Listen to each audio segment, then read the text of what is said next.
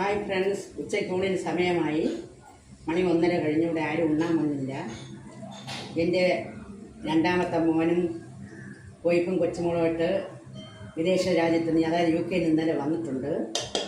2 ദിവസം കൊണ്ട് എൻ്റെ വീട്ടിലാണ് നിൽക്കുന്നത്. അവർ ഇതുവരെയും കഴിക്കാൻ വന്നില്ല. രാവിലെ കാപ്പി താമസിച്ച് കൊടുത്തതുകൊണ്ട് ഇനിയേ വരുള്ളൂ. പതിവ് പോലെ നല്ല പവിഴമടിയുടെ ചമ്പവരി ചോറ്, എല്ലാ പച്ചക്കറികളും ഇട്ട് വെച്ച നല്ല സൂപ്പർ ഒരു അവിയൽ ഡയബറ്റീസുകാർക്ക് നല്ലതാണ് കേട്ടോ. അതുകൊണ്ട് എല്ലാവരും ദിവസവും അവിയൽ വെച്ച് കഴിക്കണം. പിന്നെ പയർ, നീളമുള്ള പയർ കൊണ്ടുള്ള ഒരു അടിപൊളി മെഴുക്ക് പുരട്ടി,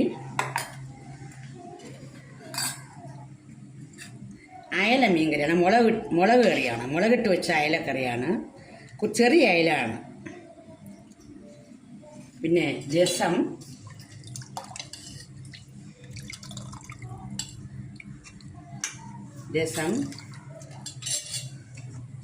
വറുത്ത മീൻ,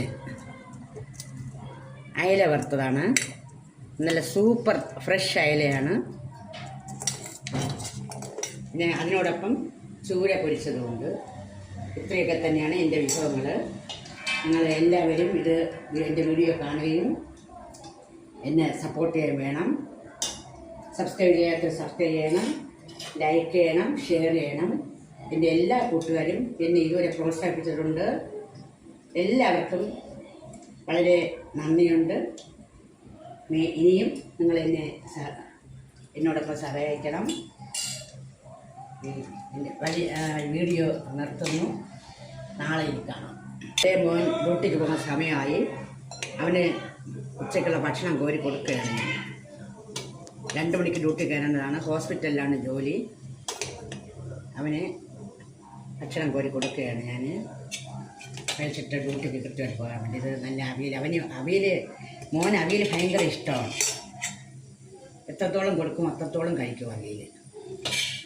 അതുകൊണ്ട് മിക്കവാറും ഞാൻ അവിയൽ വീട്ടിൽ വയ്ക്കും. ഇത് പയർ മെഴുക്ക് പുരട്ടി,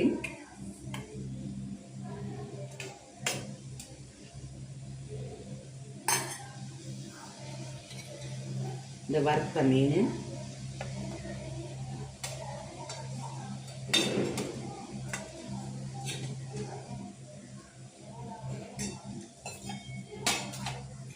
ഇത് മീൻ കറി, അയല മുളകിട്ട് വെച്ചതാണ്.